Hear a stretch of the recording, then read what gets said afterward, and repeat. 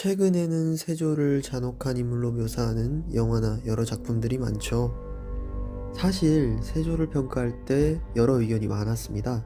도덕성의 의미 있으나 능력이 뛰어났던 왕처럼 말이죠. 이처럼 세조를 평가할 때 다양한 의견이 나오게 된 건 세조가 왕권을 잡고 왕으로서 해왔던 여러 기록들 때문이겠죠. 그렇다면 그는 과연 어떤 인물이었길래 다양한 평가가 갈리는 것일까요? 우선 세조라는 인물에 대해 알기 위해선 계유정난에 대해 알 필요가 있습니다. 쇠양대군은 계유정난을 통해 세조가 되었죠. 여기서 말하는 계유정난은 현재의 시점에서 이해하기 쉽게 표현하자면 쿠데타라고 표현할 수 있어요. 쇠양대군은 어지러운 세상을 바로잡아야 한다는 왕권 강화를 명분으로 단종을 폐위시키고 왕의 자리에 올랐습니다. 그래서 지도자에 대한 반대 행동임을 나타내는 반란으로 계유정난을 표현하지 않고 계유년의 어려운 상황을 난 바로잡았다 정의 의미로 쇠양대군 본인의 명분과 행위에 대한 정당성을 나타내었죠.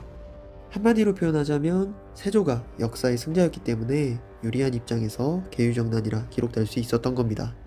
그렇다면 세조가 왕의 자리에 오르면서까지 그토록 강조한 왕권 강화를 결국 끝끝내 해냈을까요? 세조라는 인물이 도덕성이 조금은 결여됐을지 몰라도 조선의 백성을 위해 나라를 바로잡기 위해 왕권을 강화, 즉 통치를 잘했더라면 아마도 세조라는 인물을 평가할 때 본인의 소명을 다했기에 역사적 인물로서 긍정적으로 평가할 여지가 분명 있을 것입니다. 우선 세조는 신하 중심의 정치 제도를 왕 중심의 정치 제도로 바꿨습니다. 의정부 서사제를 육조 직계제로 바꾼 것이 대표적이죠. 이는 의정부를 거치지 않고 다이렉트로 왕에게 보고하게 함으로써 효율적인 일처리를 하게 했죠. 그리고 호패법을 실시했습니다. 여기서 말하는 호패법이란 오늘날의 주민등록증과 같은 것으로 호구 파악을 하게 한 것이죠. 이를 통해 신분질서를 확립시키고 향촌의 안정유지를 했습니다. 그래서 중앙집권을 강화할 수 있었죠. 또 노비도 군역을 담당하게 했는데요. 군인이 되거나 세금을 납부하게 한 것입니다. 그래서 이를 통해 백성들의 부담을 상당히 줄여주었죠. 강력한 법 집행 또한 실시했습니다. 소말도둑은 초범도 사형을 하는 등의 강수를 두었죠. 하지만 세조는 자주 술자리를 가졌습니다. 술자리란 공과 사에서 사를 의미하죠.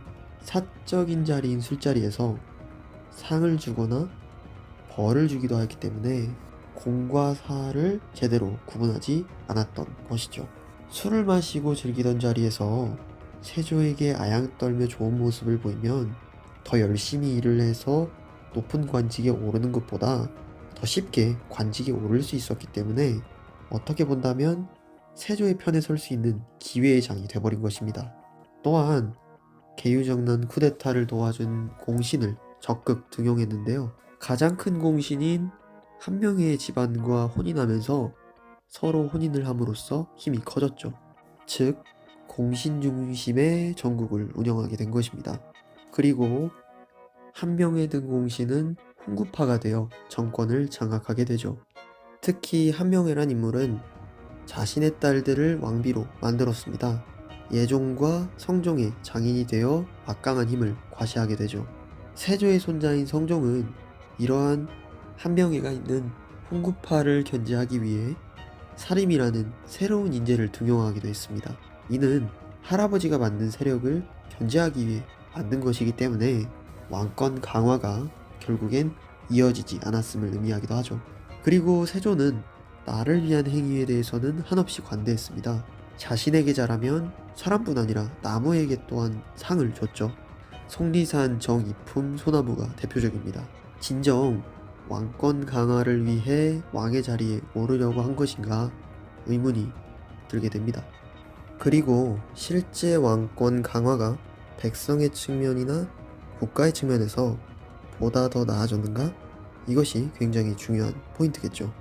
만인을 위한 법과 제도를 시행하는 왕권인가? 아니면 소수 권력 집단의 수장의 특권으로서의 왕권인가? 세조의 왕권 강화는 공신을 위한 권력 강화에 불과했죠. 그래서 왕권 강화 정책이 이어지지 못한 것입니다.